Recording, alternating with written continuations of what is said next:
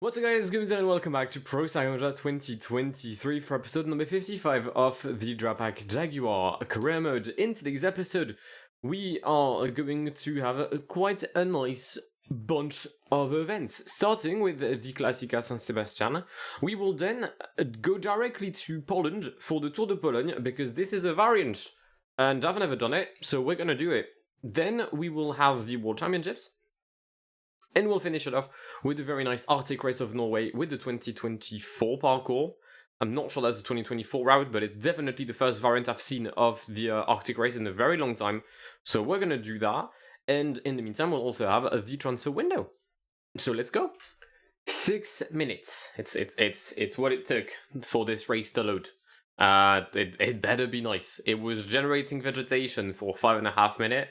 So I'm expecting some very, very nice sequoias, a pine tree, or any kind of vegetation. I'm not a specialist in plants because I'm allergic to pollen. But yeah, Tour of Pologne, 7 stages. It's, let's be honest, not my strongest team. The reason as to why I didn't plan on doing the race. We do have a fitness peak on Ethan Vernon. So I'm hoping he can get a few wins. My biggest nemesis is, I think, on this race, Mr. Fabio Jacobsen. If you want to know why he's my nemesis, I suggest you'd watch the previous video. But yeah, here's Fabio wearing a green jersey for Onsa. I'm pretty sure that's not the jersey they rocked at the start of the season. I just liked it, so I decided to have them wear it. And yeah, we're gonna have a flat finish in Warszawa. Hopefully, a win. 5k to go in stage 1. We're going to use the gel on James Fouché. We have a dedicated train this year for Ethan Vernon. So here's hoping he does well. Matthew Bostock with a -1, but he does have 76 sprint, so I think it should be enough for the British rider, the former British champion. Miles Scotson with a remarkable job here, leaving Mark Stewart to attack with 1.7k until the end. I saw the lack of energy on Matthew Bostock. That did scare me a bit. There goes Ethan Vernon. Is it enough? I think it is. It is indeed. We have won a sprint here in Warszawa ahead of Zoran Verenschol and Lawrence Nazen. That's weird. The game simulated the Donostia San Sebastian Classicoa, but I've won it. Confused stonks? On the way for stage number 2, can we go for a back-to-back, another +5 for Ethan Vernon? Is he planned on La Vuelta? Because if he is, he's fitness peaked too early. I don't recall. I don't recall. I know my planning this year has been a bit of a mess. I just tweaked it a bit, but Alistair Makala was on course to have 103 race days. So yeah, I think I've managed to scale it back to 75 or something. The amount of injuries I've had just kind of destroyed everything.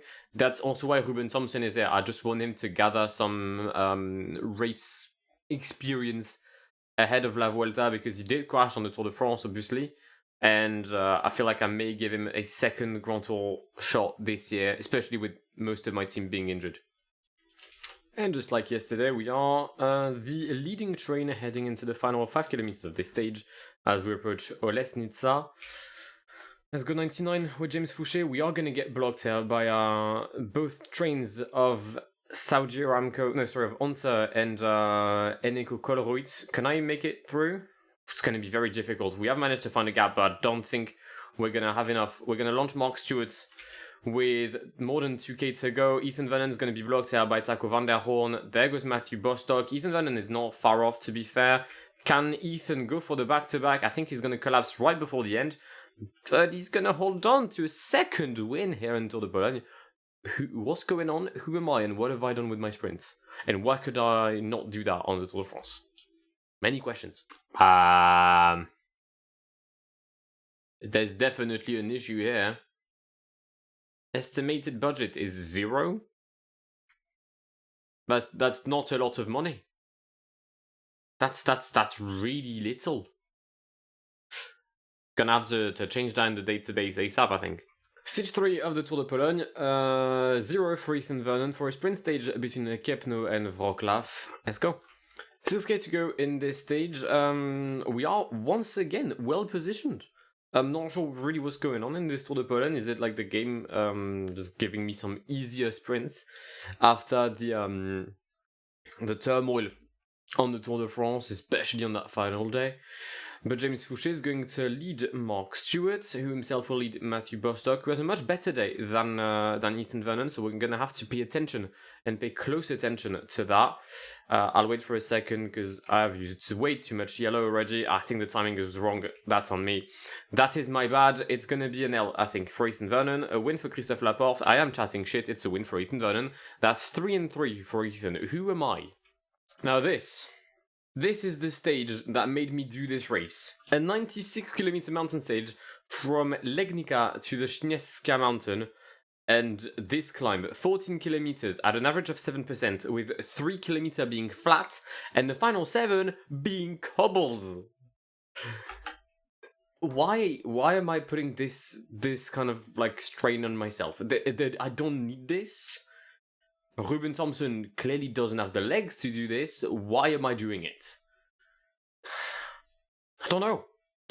It's a very weird stage. Nothing's happening. Literally nothing. There's no attack, there's no rhythm, there's no one pacing, nothing. The only attacks are for the KOM points. It's a great battle right now, I think, between Jan Willem van Chip and someone else. Who, yeah, they just keep attacking for the KOM, but that's literally the only thing. There he goes. Mr. Van Chip goes again. 56 mountain, and he leads the mountain classification, although the winner of today's stage in Śnieżka will be the wearer of the polka dot jersey. If there is a polka dot, I don't know what color the jersey is. Oh, it's a 5-star cobble sector? No, you're taking the piss. It's 5-star for 11 kilometers? No. Now this is ridiculous. This is nuts. This is nuts. What the I thought it was like a 1-star. Now this is mental. This is mental. They were saying that like Stefan Küng was the favorite, and I didn't understand why. Now I do. Now I understand why. Oh my god, Ethan Vernon's dead. Yeah, my team's dead. What the fuck? Who? What? Well done. Thank you for making this race, PCM. I think it's Wings who made the race. Thank you, Wings. You've just made my day so much better. It's a 5-star cobble sector for 11 kilometers at an average of 15%. I don't think people understand how fucking horrendous this could be. I love it. That's it. No yellow for everyone in my team. We are done. I love this. I'm gonna lose 5 years. Stefan Küng wins atop the Śnieżka mountain ahead of Dylan Van Baarle and Wout van Aert, and P4 for Van der Poel, P5 for Victor Kampenaerts. Timo Kilic would be 5 actually. Wow, well done team. Is it going to be 11th for us? It's going to be top 13. I don't think it's too bad. I don't think I should have paced that much at the start. I got kind of surprised by the climb, I'll be honest. P13 for Ethan Vernon. Cool. Mark Stewart is probably going to arrive, I'm going to say, within 2 or 3 business days. It took me some time to recover from, the stage from before. But we are P10 in the GC, only 10 minutes behind with Ethan Vernon, so I reckon we definitely can mount a comeback. Fucking hell, P4 is 7 minutes behind. It's just... it's just one of the most difficult stages I think I've ever played in my life. We have a hilly one, though, between Katowice and Jagron. +5 for Ethan Vernon, stage that could potentially suit him depending on the rhythm of the peloton, so we'll try to do something. Interesting race scenario. We've got a breakaway of 12 riders, including your very own Ethan Vernon. Then the peloton of 32 riders. Because the group of 105 behind kind of just died in a single climb, a third cat. Very interesting. Miles Colton has very little energy, so he's going to struggle to relay. So I'm either going to have to attack with Matthew Bostock behind, or just try to not pace and be a prick. Our breakaway hopes have been crushed and just reduced to ashes. There's been some more attacks with Josef Cerny, Jacopo Mosca, Dan Hula, and Colin Joyce. But Fouché and Ethan, to be fair, are doing quite well. I think Ethan has definitely a card to play, especially with his 82 downhill. there's something to do in the downhill portion of Konyakov. The slight worry is the lack of water on my riders. I have had Ruben Thompson, I had Miles Scottson, I had Jacob Scott. None of them were able to hydrate the man them. Stefan, why is Stefan Kung pacing? For what purpose? James Fouché, please take the wheel of Ethan Vernon again. Okay, in the downhill we go. It's a very short uphill finish. It's 1.5 kilometer. I think I should have enough energy to lead with Mark Stewart. And the question is whether Ethan Vernon has what it takes to go and overtake the likes of Menegoto. I don't think he does, if I'm being honest. Yep, it's going to be a win for Alessandro Covi or Menegoto. Menegoto takes it, ahead of Covi and Ethan Vernon, who just started a bit too far back. Barguil, Krafandersen, and James Fouché, and the rest of the peloton is a tad behind. No signs of Van Baarle. Van Baarle has completely exploded, so has Wout van Aert.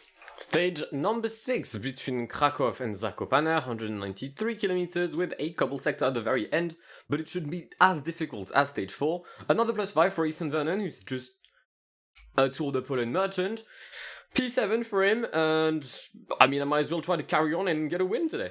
And we've been pacing at a nice 92 rhythm, heading into this false flat-ish portion. James Fouché, Jacob Scott, Ethan Vernon. We've taken the same riders, swapped the order, and we are once again heading for a sprint finish in Zakopane. There's an acceleration on the right by Wout van Aert, the current world champion, setting a P2 in the general classification. And well done to him. He's just done enough, I think, to get the stage. Unless James Fouché can come back before the downhill right-hander, but I'm not sure he will.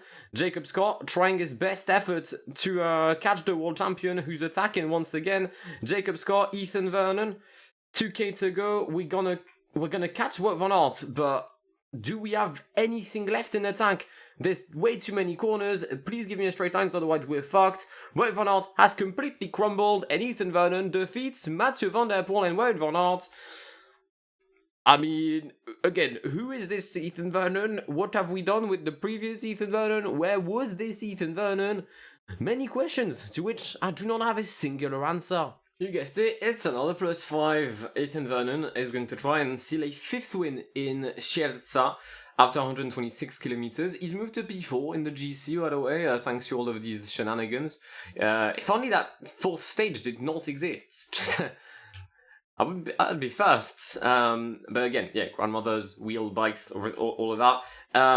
Let's just try to go for a 5th dub and do better in 1 week here in Poland than I've done throughout 2 Grand Tours in the Giro and the Tour de France. We've had a bit of an incident with a crash involving Mark Stewart, but also Miles Scottson.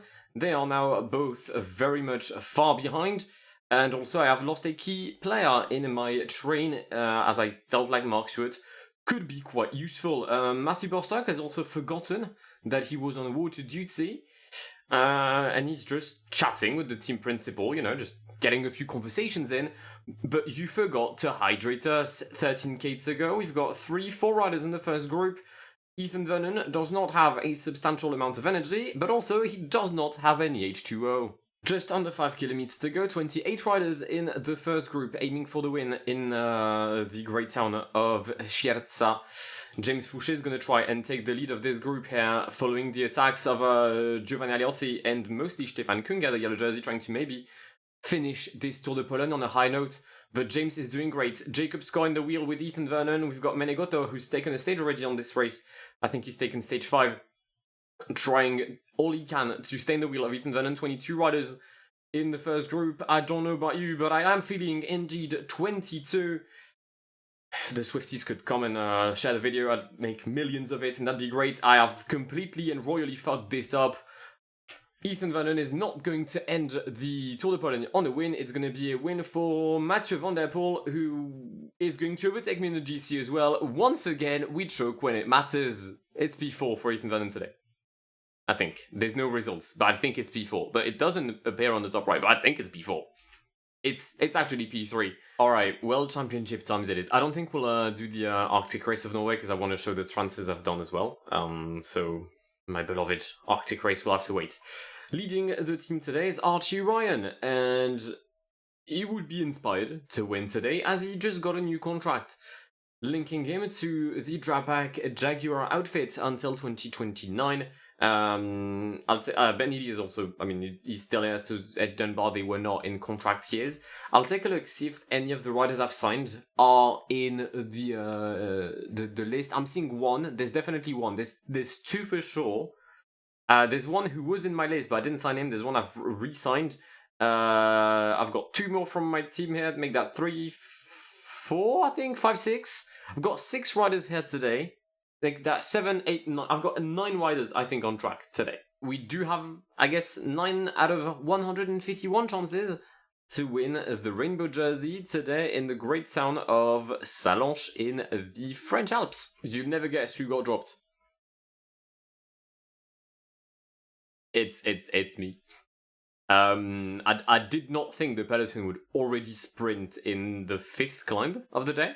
So I will admit I was looking at my computer, came back and behind. So Ben Healy is bringing everyone back, but that's already some wasted energy I would have liked to keep ahead of the finish in 141 kilometers. As it turns out, I'm not able to come back because the main peloton is now 18 riders. What the fuck is your plan here? What is the ambition? Also, this parkour is completely nuts, by the way. Like, this road course is remarkably, incredibly dumb. It took us longer than expected, but Eddie Dunbar and Archie Ryan are in the lead group with 120k to go, a group of 23 riders. This is simply ridiculous, as Andreas Krohn and Damien Hausen are saying goodbye to the leader group and the chances of rainbow. 71k to go, we've got 4 climbs left. We have a group of 19. The breakaway is 7 minutes and a half in the lead, and it is a good breakaway. It's not like a very stinky one. Also, I could not increase the rhythm for Archie Ryan for some odd reason, meaning I once again got dropped as Tadej Pogačar has attacked. No, Tadej, there's 68k to go, brother. You cannot do that now. You just, no, why? Who are you? Jai Hindley follows. I'll try and pace with Archie Ryan, not destroy everyone with 67 kilometers remaining. But I don't think they're not exactly keen with me doing that. In the break, we've got Van Barlo, we've got Richie Tell and Michael Frederik. We had Vadim Pronsky who exploded. We also had Mauro Schmidt who exploded. So yeah, that's definitely fun. One rider completely disappeared there, and it's Jonas Vingegaard who's trying to chase the leaders. He crashed in the downhill and was somewhat brought back with Andreas Krohn and Jonas Gregor, but he still trails just under a minute behind the group of favourites, where Eddie Dunbar will soon disappear. Eddie Dunbar can't follow no more. 46 kilometers remaining, 5:50 for the break. Don't exactly know how to play this, if I'm honest. Because no one has a teammate in this group, no one's gonna pace, no one's gonna do anything, and no one is strong enough to just attack and drop everyone. So I feel like at this rate, the win is gonna be for either Mattia Riccitello or Dylan Van Baarle. We're gonna have to climb one more time, a final climb. 4:14, we've stopped pacing completely. I'm gonna attack with Archie Ryan. I'm gonna have to attack because we completely stopped pacing. Finn Fisher Black follows me. That's just not cool. That's teammate on teammate interactions. I don't like that. We've dropped one rider. We've dropped Tadej. We've dropped Tadej Pogačar. Interesting. Very interesting. Who's this? Remco Evenepoel trying to chase me down. Thank you, Remco. Time for the final climb. 3:26 is the lead for the breakaway. Immediately Nairo Quintana paces. We're going to do the same, going 87 with Archie Ryan. I'm pretty sure I can afford to pace 88 until the end of the climb, if I'm honest. 2:48. Oh, the gap is going down drastically fast. Archie Ryan with a small attack, just to see if everyone follows, and indeed everyone follows. Oh, Leo Hayter is out of it. We're going to catch Jai Hindley, who is still intertwined between the break and ourselves. Jai Hindley tries to take our wheel. Remco Evenepoel follows. Vingegaard, Mas, Quintana, Sepkus, Finn Fisher Black, Antonio Tiberi. We've just dropped Leo Hayter, nothing more, no one else. 109 as we near the summit. Wait, what? Where's Riccitello gone? Where's Mattia Riccitello? He's now in my wheel. Interesting. Enric Mas is out. Finn Fisher Black is down. Nairo Quintana is down as well.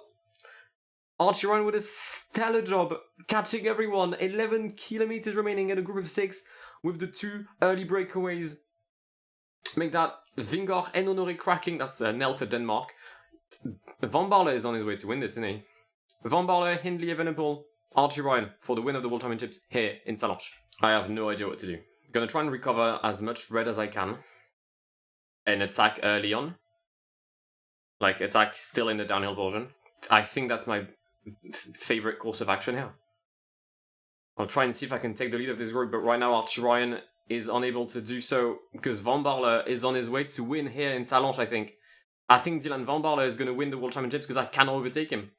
I've tried. I've been attacking for 5 kilometers. It's going to be P4 for Archie Ryan.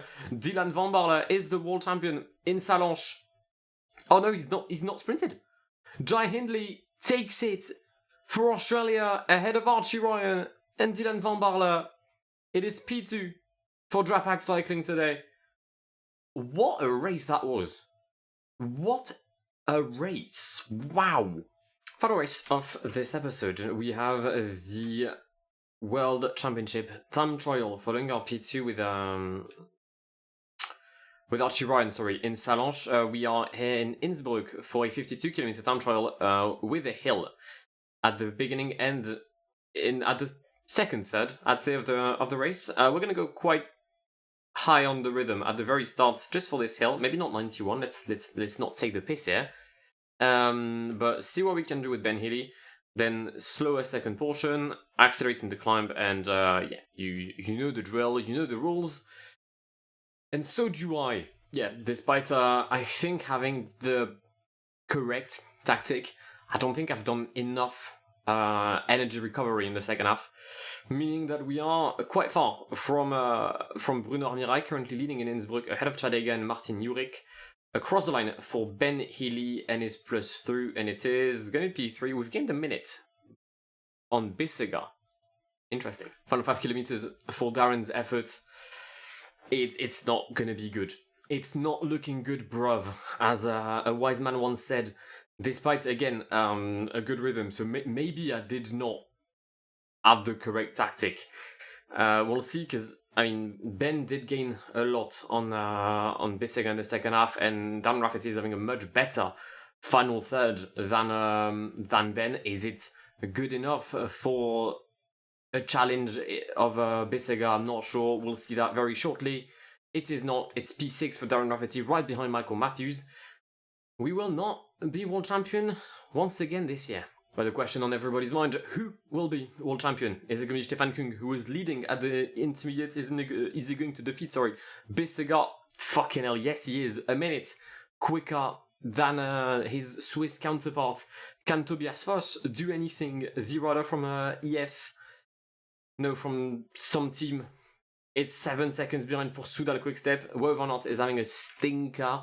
There is one rider left behind Wout van Aert. His name is Filippo Ganna. He has, in the past, won a few time trials. Can he do anything? He's 4 seconds behind at the intermediate. He was first at the first intermediate. Ganna versus Stefan Kung for the World Championships. Stefan Kung it is for Groupama FDJ. What an episode he's having. He's won Tour de Pologne and the World Champs TT. Fucking hell, well done, Stefan. Final thing we'll do is take a look at our transfers. I've re-signed 4 riders, I think. No, I've re-signed 5. I've added 2 from the youth team in Finley Tarling and Ethan Stone. We've signed Matthew Brennan, the sprinter from St. Piran, to replace a departing Matthew Waltz. We've signed Ben Tana to give me some more oomph. He's like a much better version of Miles Scottson, and I really needed that for the Cobble Classic. And finally, I wanted, at first, Theo Gegenhardt. It didn't work. Then I turned my attention to Jai Hindley, who won the World Championships, and for some reason I can't sign him. I've never seen that. It says he doesn't want to sign with me, no matter what. So we've gone for Thomas Pitcock, the 27-year-old, joins us ahead of next season. He's gonna be the likes of the Magnus Sheffield I had last year, or Mate Jorgensen. I love having that type of rider in my team. Extremely versatile, can do literally everything. So yeah, he's joined us for 70k a month. Congratulations, Thomas. Well done. You've joined Archie Ryan, and Ben Healy has joined top earners. Finn Fisher-Black is on 8k a month. I have a slight guess that that's gonna go up next year. In the next episode, La Vuelta a España begins, the final Grand Tour of the season. Can we do better than the Giro and the Tour de France? Well, it's simple. 3 stage wins, and it will already be a better performance. But yeah, if you want to see those episodes, feel free to subscribe to the channel if you haven't done so already. And I'll catch you very, very soon. My name is Guillaume. Have an amazing day. See ya. Pass me the funk, get your funk on, girl, and don't you ever let it go. We're getting drunk in here, and what comes next?